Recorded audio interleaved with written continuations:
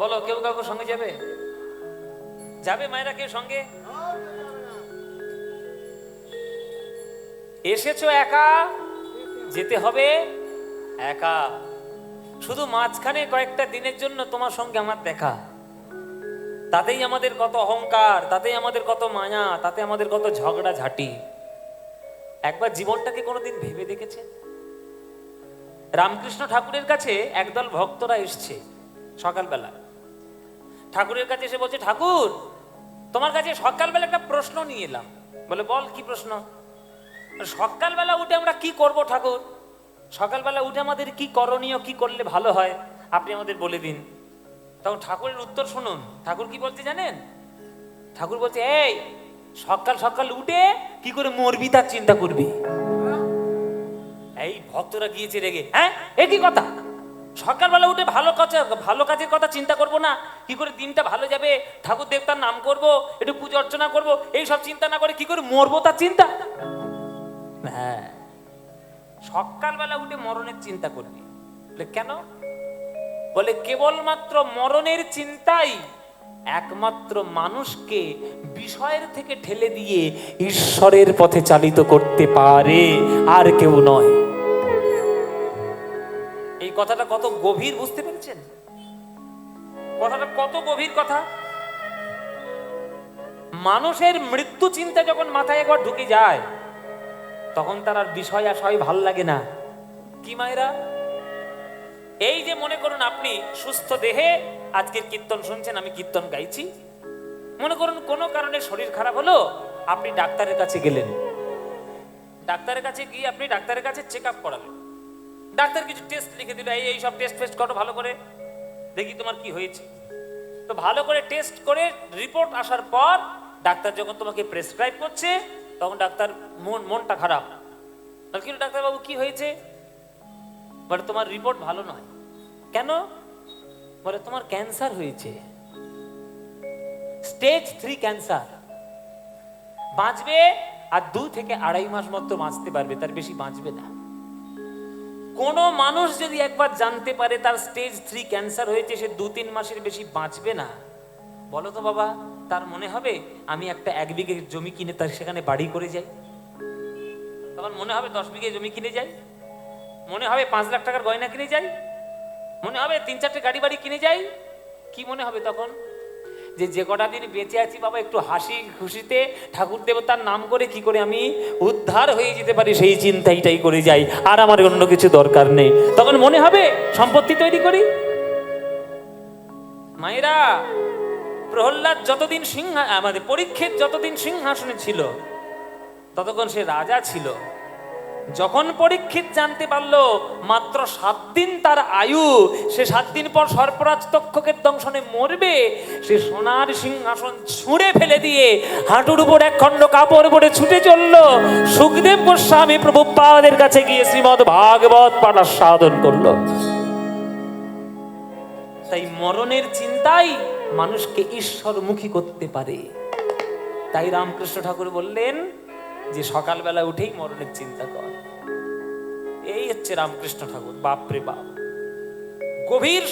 গভীর সমস্যা, সমাধান এক কথায়, যার জন্য মন ভেবে সে কি তোমার সঙ্গে যাবে, যার জন্য মন ভেবে সে কি তোমার সঙ্গে যাবে, সেই প্রেয়সী দেবে ছাড়া অমঙ্গল হবে বলে, সেই প্রেয়সী দিবে ছাড়া অমঙ্গল হবে বলে, ভেবে দেখ মন কেউ কারো নয়, পিছে ভ্রম ভূমণ্ডলে, ভেবে দেখ মন কেউ কারো নয়, পিছে ভ্রমণ ভূমণ্ডলে, ভেবে দেখ মন কেউ কারো নয়।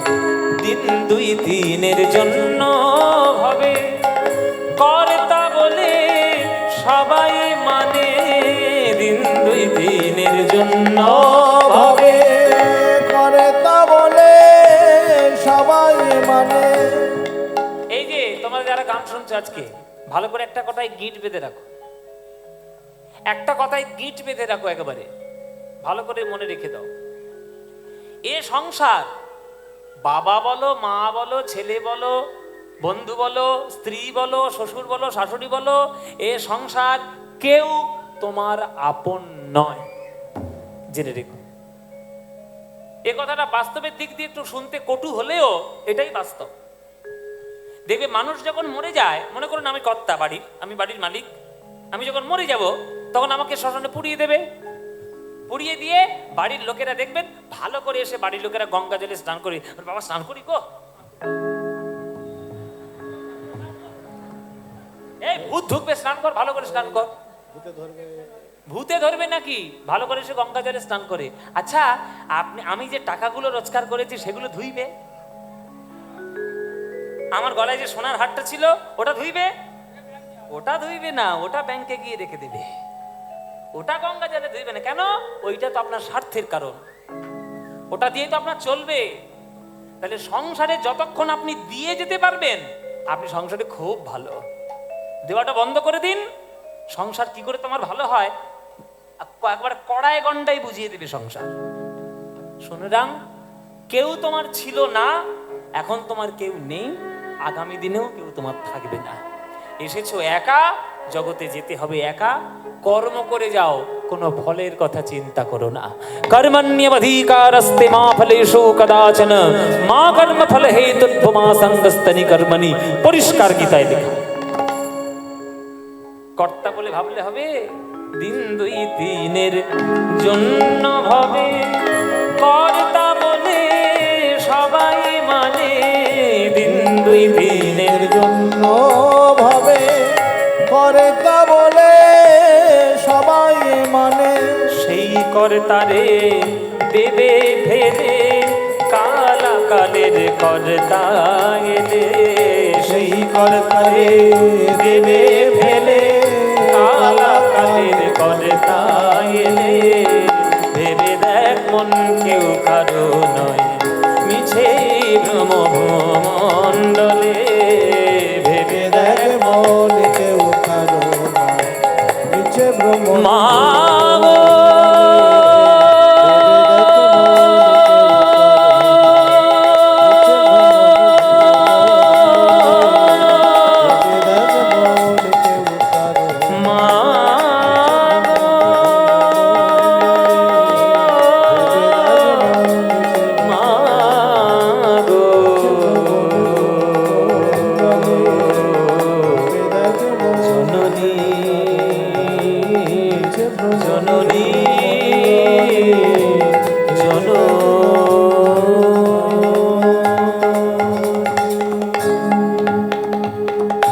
शरणागत दीनार्थ परित्राण परायणे सर्वस्यार्ति हरे देवी नारायणी नमस्तुते सृष्टि स्थिति विनाशान शक्तिभूते सनातनी गुणाश्रये गुणमये नारायणी नमस्तुते।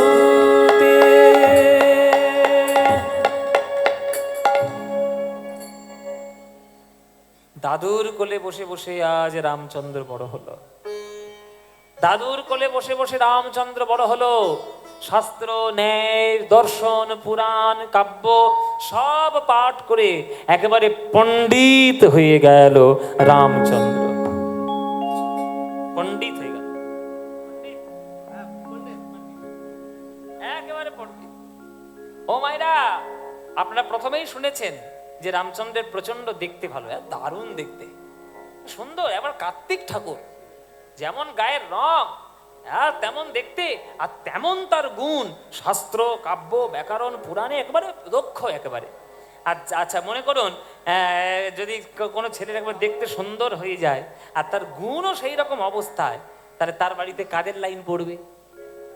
ঘটকের, ঘটক, এই তো ঘটক, মায়েরা, হ্যাঁ ঘটকদের লাইন পড়ে যাবে। তারা শুধু ব্যবসা করবে এই ছেলেটাকে যদি কি করে পগার পার করানো যায়। হ্যাঁ নতুন ঘটক এসছে,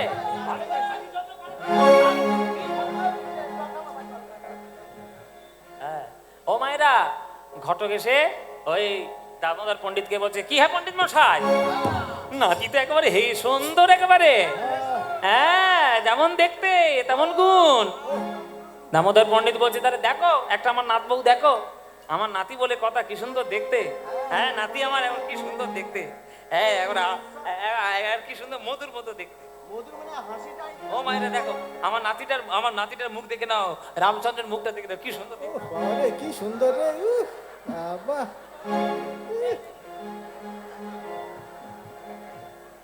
ও মায়েরা দেখতে ভালো না, হ্যাঁ কি সুন্দর মধুর মতো দেখতে।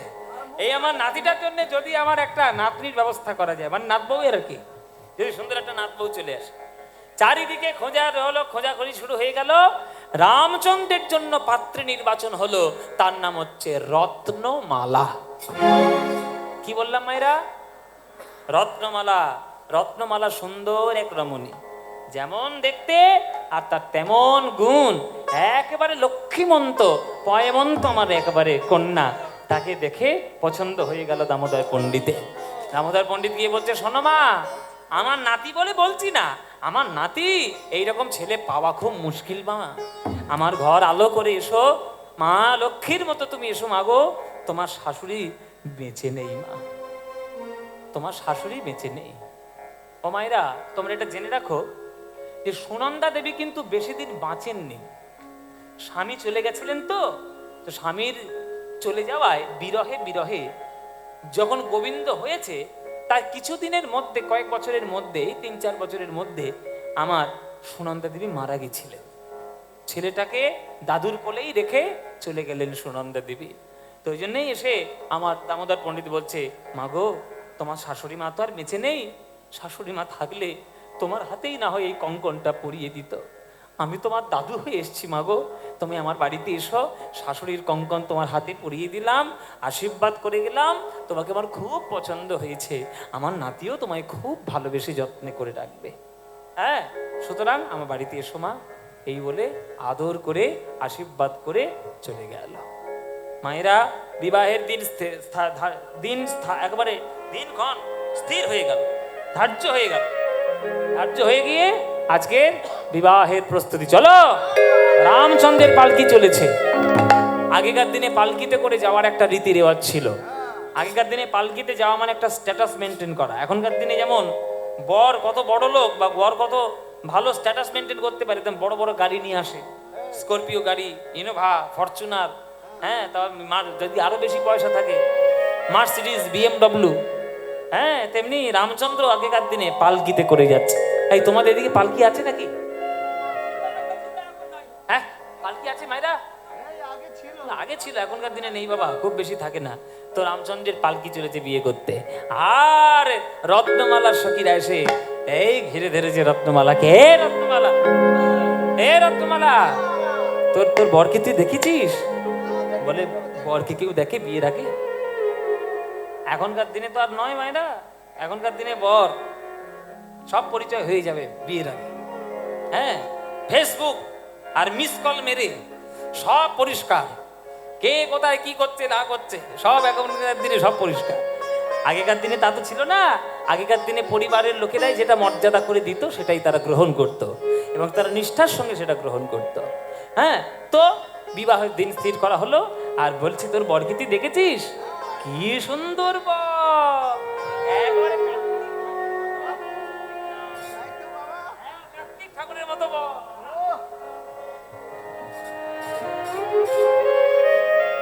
কি সুন্দর বর। মালা রে তোর বরে লোরে, মালা রে তোর বরে লোরে, টপর মাথায় দিয়ে রে মালা বরে লোরে, মালা রে তোর বরে লোরে, মালা রে তোর বরে লোরে, টপর মাথায় দিয়ে রে মালা বরে লোরে, মালা রে তোর বরে লোরে, টপর মাথায় দিয়ে রে মালা বরে।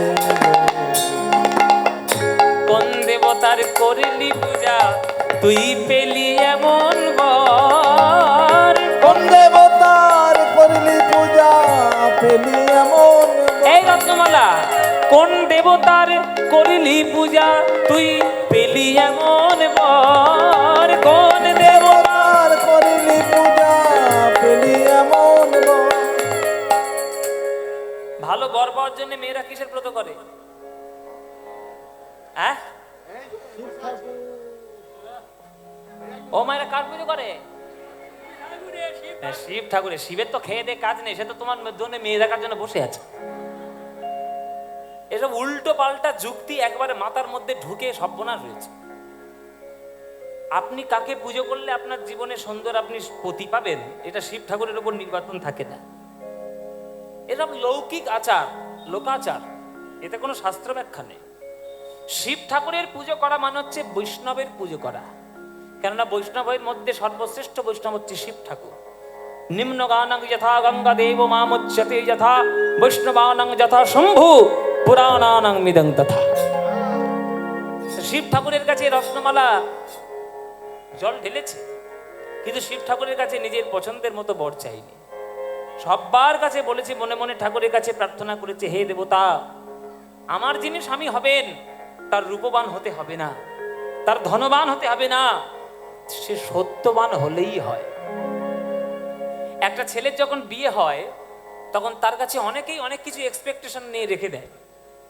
কন্যা কাময়তে রূপং, এটা সাধারণ একটা সংস্কৃত শ্লোক। সাধারণ সংস্কৃত শ্লোকের মধ্যে বলছে যে কে কি চায় একটা ছেলের যখন বিয়ে হয়, বলছে কন্যা কাময়তে রূপং, মানে কন্যা চাইবে যে আমার স্বামী যেন সব থেকে সুন্দর দেখতে হয়। হ্যাঁ, সুন্দর দেখতে হয়, যে না এই মোটামুটি দেবের মতো হলেই হবে। প্রসেনজিৎ বুড়ো হয়ে গেছে, এখন চলে এখন দেবের বাজার। দেব যা করছে সব হিট, হ্যাঁ যা করছে সব হিট। তো সুতরাং দেবের মতো একটা বর পেলেই হয়। তারা কন্যা কামায়তে রূপম, কন্যা চাইবে যে আমার স্বামী সুন্দর দেখতে হবে। মাতা বিত্তং, শাশুড়ি চাইবে আমার জামাইয়ের মাল করি যেন ভালো থাকে বাবা। হ্যাঁ, নইলে মেয়ে যদি বলে আমার ফেস ওয়াশ কিনে দাও, 500 টাকা ফেস ওয়াশের দাম, জামাই না কিনে দিতে পারলে হবে? শাশুড়ি চাইবে আমার জামাইয়ের যেন মাল করি ভালো থাকে। পিতা শ্রুতম, শ্বশুর চাইবে আমার জামাই যেন ভদ্র সভ্য শিক্ষিত ছেলে হয়। আর আত্মীয় স্বজনরা চাইবে কুলমিচ্ছন্তি, ছেলেটা যেন জাতের হয় বাবা, কুলের হলেই হলো, জাতের হলেই হলো। এটা হচ্ছে পরিবারদের চাহিদা বা আত্মীয় স্বজনদের চাহিদা। আর মিষ্টান্ন ইতরে জানা, পাড়া প্রতিবেশীরা চাইবে যে জামাই কালো হোক, ফর্সা হোক, মোটা হোক, রোগা হোক, লম্বা হোক, বেটে হোক, পয়সা থাকে কি পয়সা নেই আমাদের দেখার দরকার নেই। আমাদের যখন পাড়া প্রতিবেশীরা নিমন্ত্রণটা যখন পাবো, এমন খাওয়া খাবো 7 দিন যেন বাড়িতে গিয়ে খেতে। খা, কত খাবি খা। হ্যাঁ,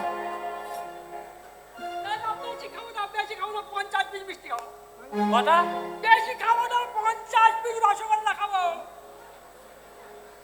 ও মায়েরা মরেও না, রোজ 50 টাকা রসগোল্লা খাচ্ছি, মরছেও না। কি ধাতু দিয়েছে গড়া ভগবান জানে। এইটা হচ্ছে পাড়া প্রতিবেশীর চিন্তা। কিন্তু রত্নমালা ঠাকুরের কাছে চেয়েছে, আমার স্বামী কিচ্ছু হতে হবে না, রূপবান চাই না, ধনবান চাই না, সত্যবান হলেই হলো। ওই জন্য সখীরা ধীরে ধরেছে, কিরে কোন দেবতার করলি পূজা তুই পেলি এমন বর? কোন দেবতার করিলি পূজা পেলি এমন বর? কোন দেবতার করিলি পূজা পেলি এমন বর? সেই দেবতার বরের তোর বর মন হয়, সে দেবতার বরের তোর বর মন হয়। মালা রে তোর বরে রে, মালা রে তোর বরে রে, গোবর মাথায় দিয়ে রে মালা বরে, মালা বরে রে, মালা বরে রে। यदिदं हृदयं मम तदस्तु हृदयं तव, यदिदं हृदयं तव तदस्तु हृदयं मम। ঘটা করে বিয়ে হলো, ঘটা করে বিয়ে হয়ে রামচন্দ্র রত্নমালা বিবাহ বন্ধন সূত্রে আবদ্ধ হলেন। চলো কান্নাকাটি শুরু করো। কি গো মায়েরা, এটা মেয়েরাই জানে। সারা জীবন বাপের বাড়িতে পালিত হওয়ার পর যখন সারা জীবনের জন্য সেই বাড়িটা ছেড়ে যেতে হয়, এটা তো নিশ্চয়ই একটা দুঃখের ব্যাপার, অবশ্যই একটা দুঃখের ব্যাপার। তো রত্নমালা তার দুঃখ দিয়ে স্বামীর সঙ্গে বিদায় হচ্ছেন পালকিতে করে চেপে। রামচন্দ্রের পালকি বলে কথা, সামনে 50, পিছনে 50, পালকি সব পালকি বাহক লাঠিয়াল আর ঢাক ঢোল পিটানো বর যাত্রী সব তারা চলে এসছে। রামচন্দ্রের পালকি আসছে শ্রীখণ্ড গ্রামে, ফিরে আসছে রত্নমালাকে নিয়ে সঙ্গে করে। মায়েরা, যেখানে বিয়ে হয়েছে সেখান থেকে শ্রীখণ্ডে আসতে একটা জায়গা পড়ে, সেই জায়গাটার নাম হচ্ছে জাজিক গ্রাম। এই নামগুলো মনে রাখবেন, তাহলে আপনারা লীলাটা বুঝতে আপনাদের সুবিধা হবে। সেই জায়গাটার নাম কি বললাম? জাজিক গ্রাম। জাজিক গ্রাম কোথায়? এই জাজিক গ্রামটা হচ্ছে বর্ধমান জেলা, কাটোয়ার ঠিক আগে হচ্ছে জাজিক গ্রাম। আপনারা কাটোয়া গেছেন? কাটোয়া যাননি?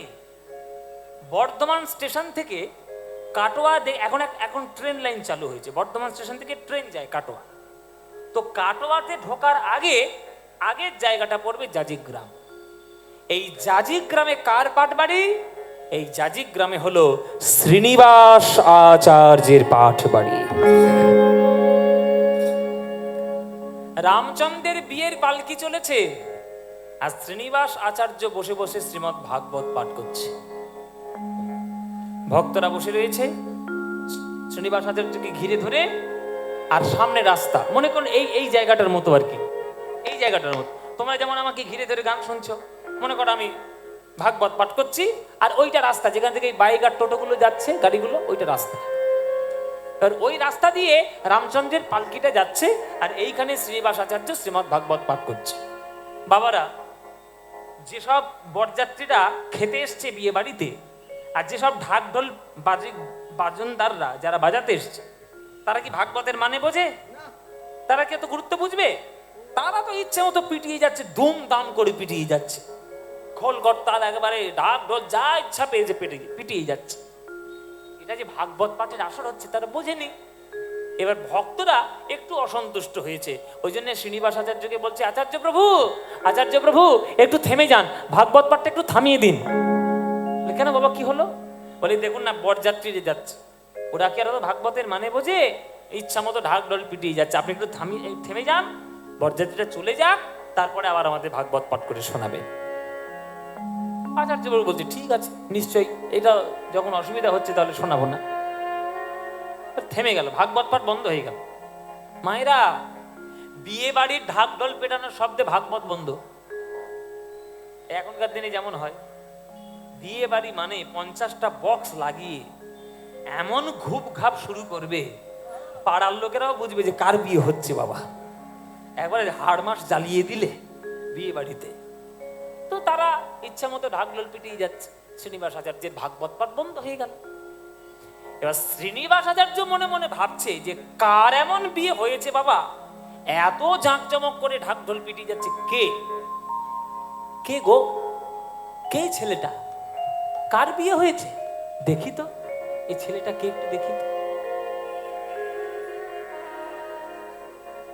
শ্রীনিবাস আচার্যের চোখ পড়ল রামচন্দ্রের উপর। রামচন্দ্রের উপরে চোখ পড়ে রামচন্দ্রকে দেখে শ্রীনিবাস আচার্য মনে মনে ভাবছে, ভারী চেনা চেনা মনে হয়, কোথায় যেন দেখেছি।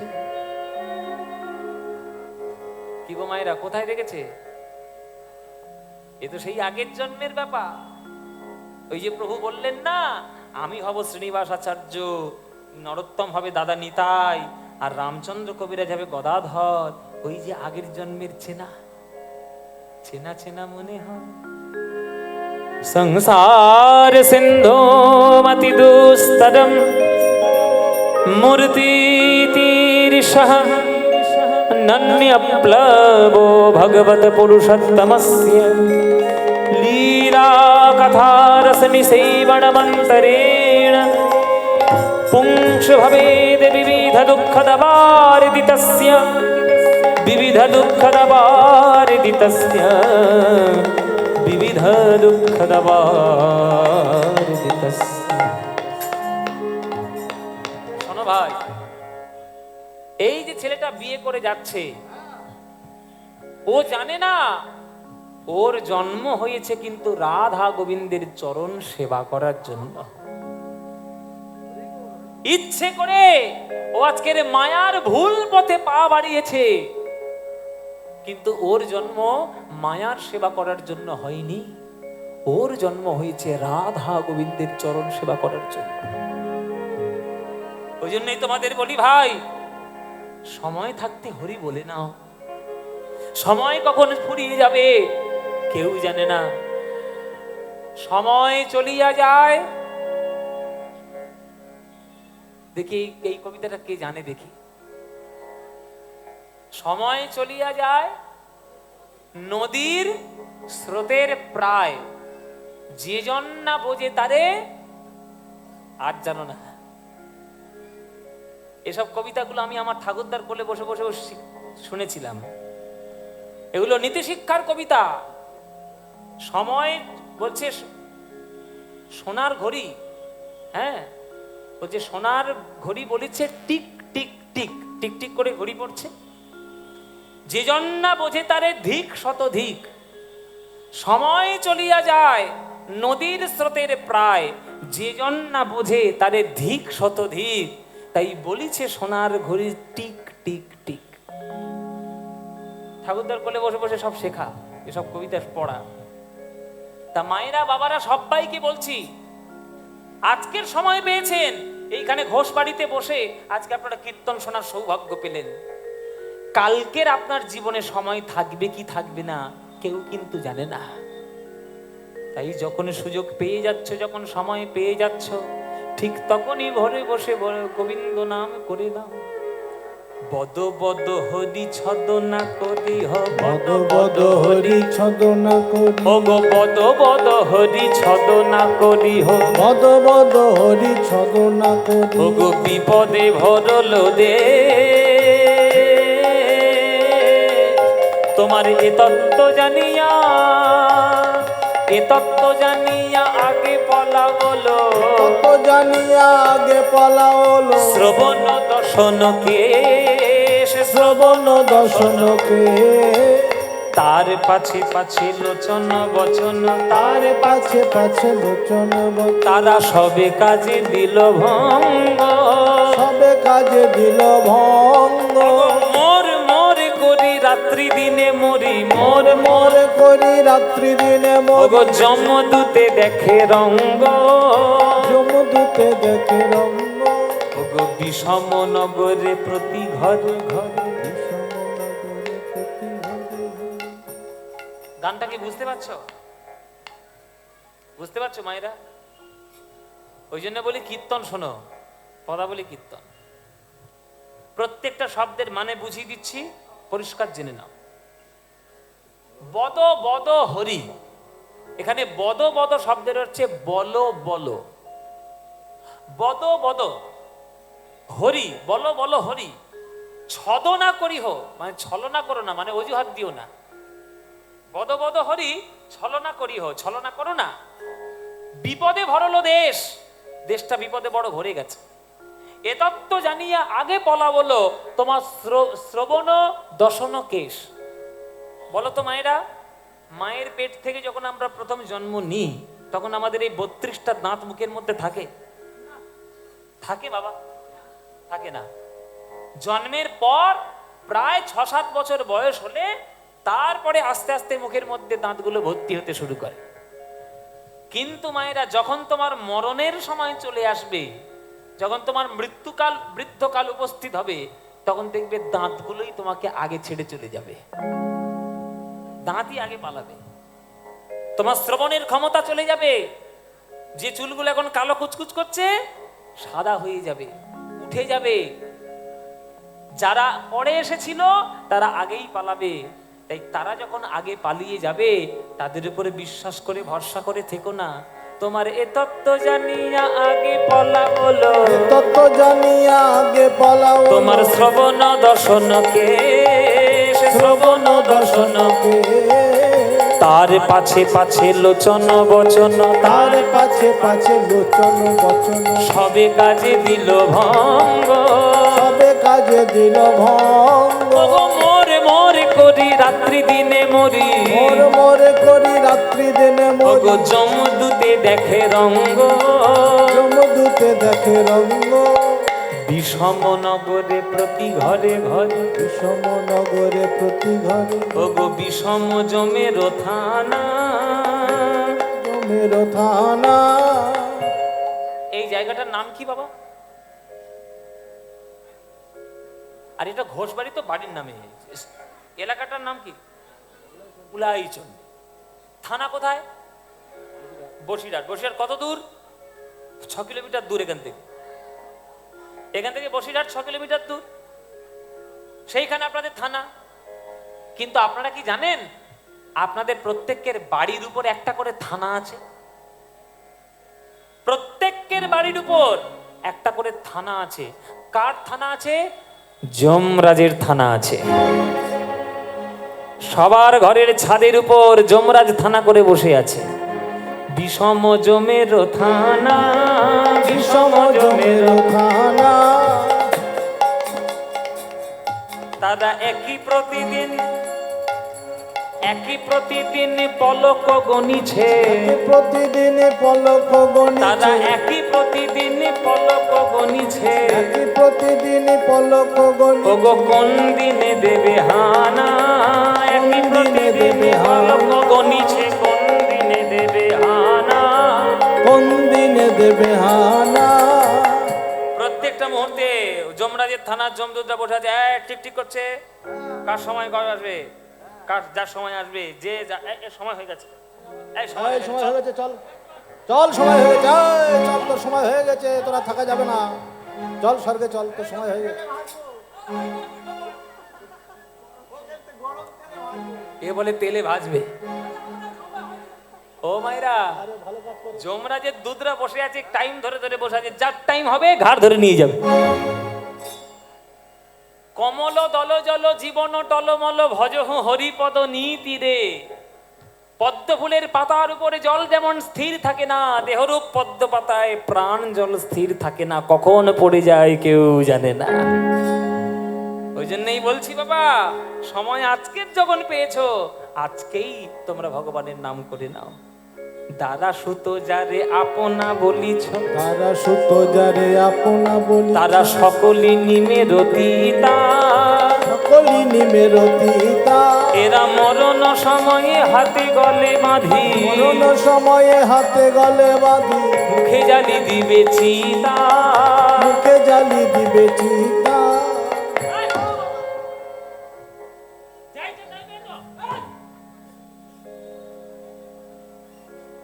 এই আমার কটা ছেলে জানো?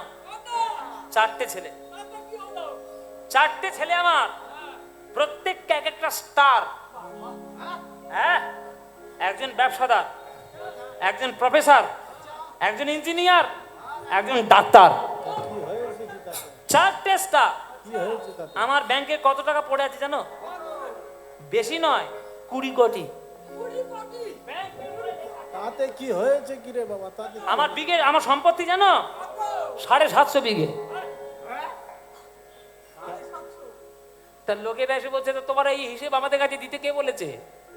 বলে এই হিসেবটা দিচ্ছি তোমাদের কাছে এই কারণে, আমি যখন এত সম্পত্তির মালিক, আমাকে রক্ষা করবে স্বয়ং টাকা পয়সা, আমার ভয় আবার।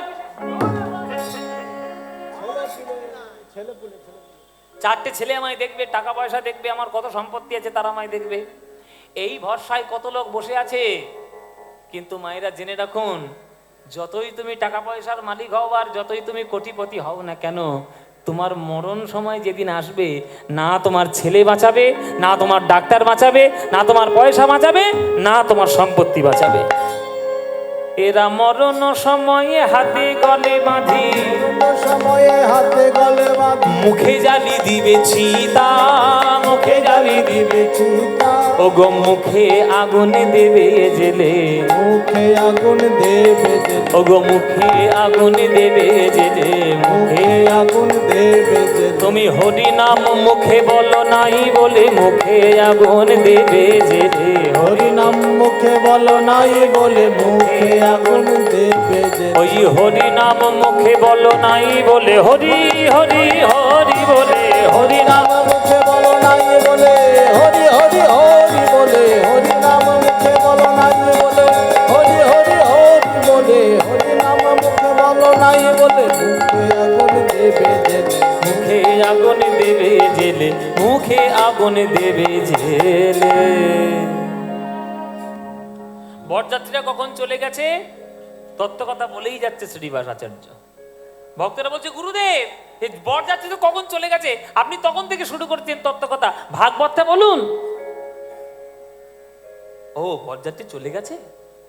আসলে ছেলেটার মুখের দিকে তাকিয়ে আমার মনে হলো যে ওই ছেলেটার জন্ম গোবিন্দ সেবার জন্য হয়েছে, মায়ার সেবার। যাক, যার জীবন সে বেছে নেবে, আমার বলার দরকার কি? দরকার নেই, কারোর জীবনে কিছু হস্তক্ষেপ করতে নেই, তো দরকার নেই বলা। এই তোমরা শোনো শোনো, তোমরা এবার ভাগবত শোনো। ও মায়েরা, লোহা যতই ভারী হোক না কেন একজনের আকর্ষণে তাকে যেতেই হবে, সে কে? চুম্বক। এই এত আওয়াজের মধ্যে রামচন্দ্রের কানে ঠিক চলে গেছে ওই কথাটা যে আমার জন্ম হয়েছে রাধা গোবিন্দের সেবার জন্য, মায়ার জন্য নয়।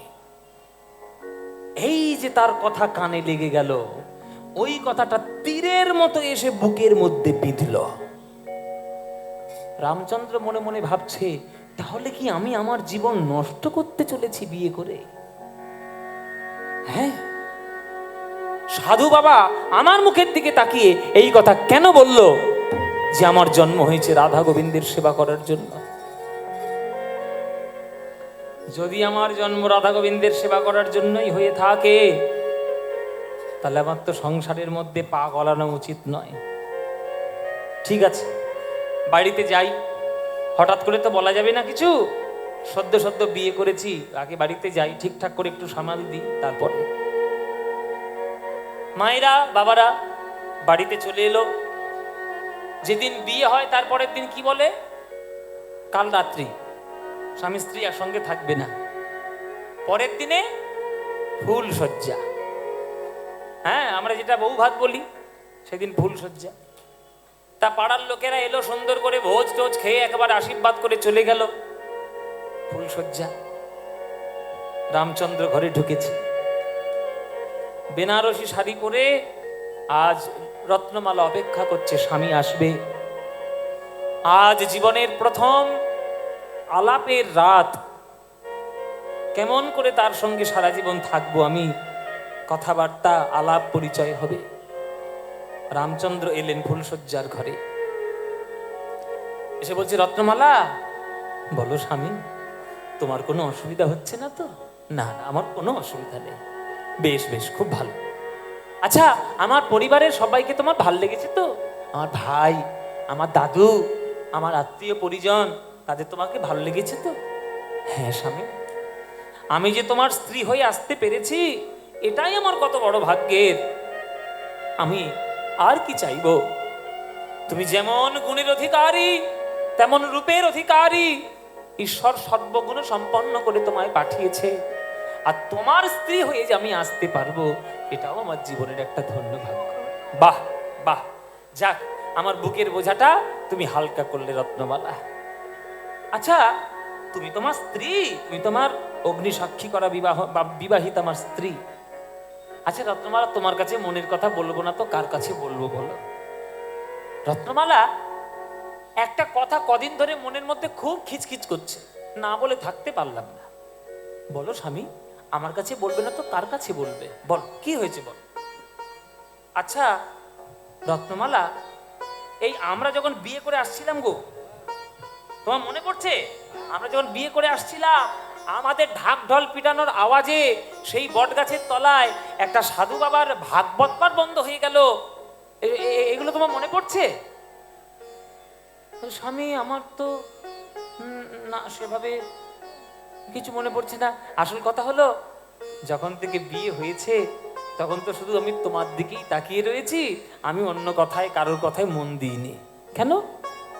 সাধু বাবা কোনো খারাপ কথা বলেছে নাকি? না না না, সাধু বাবা খারাপ কথা বলেনি। আমাকে দেখে সাধু বাবা অতগুলো লোকের মধ্যে আমাকে বলল যে আমার জন্ম নাকি হয়েছে